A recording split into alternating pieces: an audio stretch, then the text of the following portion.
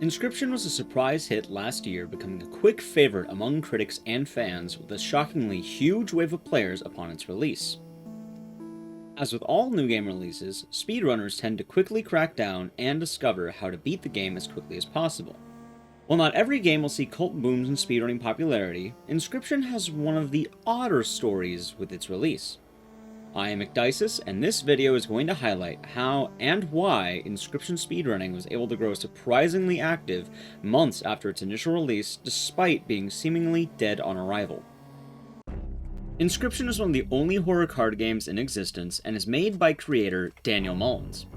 The playstyle of this game is incredibly similar to Yu-Gi-Oh! In that you use weaker creatures to summon stronger ones in order to take away from your opponent's health or life points.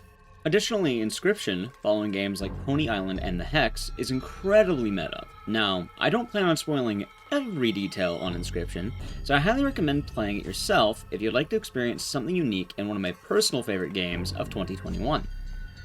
Now, this video will contain spoilers, however, to the first major portion of the game, so forewarning on that.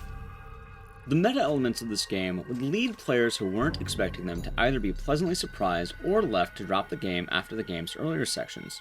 And this would further bleed onto speedrunners since speedrunners of this game's standard any percent route immediately went dead on arrival, with the most recent run being about a month ago and the best time being a 1:13:05. The reason runners would leave could be due to a variety of causes. My most likely guess would be the game's longer than expected runtime combined with the RNG of a card game as well as shifting playstyles.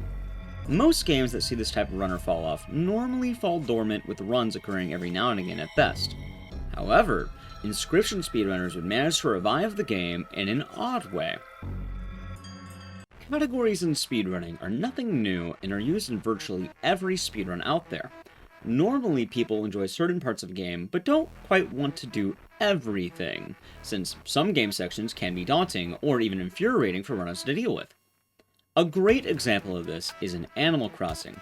Runners tend to opt for the All Debts category, since it is much shorter than the 100% category, which takes at a minimum of 19 hours. While this is definitely more of an extreme case, this brings us to the point of the video, Moon Percent. In Inscryption, Moon Percent is a category where you beat the first quarter of the game leading up to the titular Moon boss fight, with the run itself ending when you destroy the moon. Now while this sounds rather straightforward, let's get into more of the details, shall we? Moon Percent currently has 30 runners, which is over 4 times the amount of the standard 90%, which has about 7 runners. Moon Percent also has a world record of about 13 minutes and 18 seconds by Phioid, which was obtained 1 week ago from the typing in this video. Most runners on the leaderboard have a time of roughly around 20 minutes. While 30 runners isn't an immense amount for a leaderboard, given some mainstream speedruns can get hundreds, if not thousands of speedrunners, the most important thing to note is while the 90% run had its most recent run of about a month ago, 13 of the 30 runs of Moon Percent have been done in the past month for this game, meaning a large chunk of this boom has been incredibly recent. So the question we're left with is, why would runners want to gravitate so much towards this category specifically? Moon Percent arguably fixes or improves every issue that the base run would have. To start, having an average runtime that's much smaller makes the game much more accessible and easy to get into for newer runners. Next, you don't have to learn new styles of gameplay. The 90% run features Daniel Mullins' trademark genre/meta shifts since you need to beat the entirety of the game. With Moon Percent, you will always be playing the same type of game, which was arguably Inscryption's strongest point for all players. This will let people have access to a category that they likely already deeply enjoy. If this wasn't proof enough, Daniel Mullins himself would go on to make a new game mode called Casey's Mod, which is the first part of the game in an endless loop. The run itself also features easy to understand tricks and allows runners to break the game because of this. Normally, the gameplay loop of Inscryption wants you to get your character killed multiple times to teach you new game mechanics and enjoy the challenge of the card game. Moon Percent turns the normal style of playing right on its head, since runners are able to skip the forced death sequences and actually use them to their advantage by using in-game items to instantly win what is meant to be an instant kill section. The earliest run doing this was done by Sif D and is performed by obtaining scissors and pliers throughout the game and using these items to beat the game's insta-kill bosses in one turn, using a strong enough monster preventing the instant kill from effectively happening.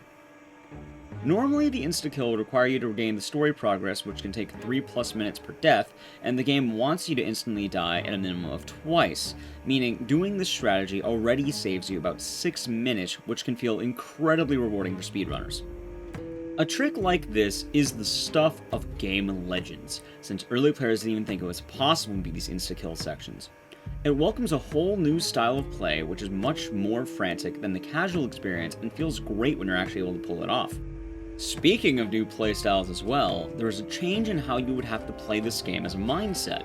Normally, you would want to take your time with each encounter and weigh your choices. With Moon Percent, the clock is literally racing against you, meaning you have to juxtapose the traditional type of play and be much quicker on your toes, since every second really does matter.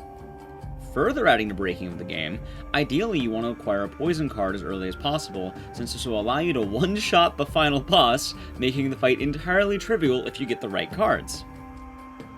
Lastly, the game as well has had that gold rush type feeling for success. This is referring to the case where within the top 5 times on the leaderboard, all 5 of them have been within the past month, 3 of these times being within a week of the writing of this video. The idea that excellent times can be set quite actually daily feeds into a great feeling of speedrunning success, given it feeds into the healthy parts of competition and means even newer runners can immediately place in the upper ranks of the leaderboard. Even with all of the previous elements, I still haven't glossed over Inscryption's most notable hook for runners, which is the idea of addiction. Like many card games, there will always be this sense of RNG in the game, and Inscryption is no exception to this. Inscryption's tutorial will always play the same, but after that, every single run could in theory be unique from each other with so many factors lying at play. Here is a brief list of every RNG factor that can make or break a run for you. These are included to be card draws, new card pickups, damage and health upgrades, item draws, enemy battles, card effects and upgrades, and card shop pools. All of these factors take place in a run that is under 20 minutes and affect everything you deal with past roughly the second minute of the run. It's no secret that one of the most enjoyable aspects of any card game is the idea of getting those good draws or new powerful pulls, and Inscryption absolutely makes use of this idea. All of these traits are amped to the extreme when you add a fast-paced competitive leaderboard to the mix, where getting what would normally be great luck would already feel great. It could also mean that you can further climb the speedrun leaderboard if you were to make that successful. Personally, I've lost track of time on several occasions while trying to stream my own attempts at this category, just because every run really does end up feeling unique, and I can squeeze so many attempts in. I also love the idea that so many different deck builds can change your style of play, since you'll likely have to make do with what you end up getting, which can lead to a better run than you thought you would achieve with the base build. Now, every game arguably has its downsides, and Inscryption also does have a few. The most notable ones being the tutorial before the actual tutorial is unskippable. This can make restarting runs a bit mindless, since this section of the tutorial isn't timed against you, and you'll just be doing the standard gameplay tutorial, which is winning a predetermined game, which can take a couple minutes at a time. As well, resetting the game can be a bit of a pain, since you need to use a hotkey, which is Shift plus A plus S, to return back to the first chapter of the game, which can further add to the tedium. The most major downside of the run, however, is the difficulty.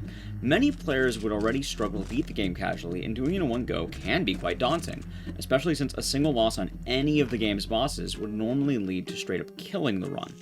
This can be alleviated by quitting out of the game and continuing to correct a mistake you made during the boss.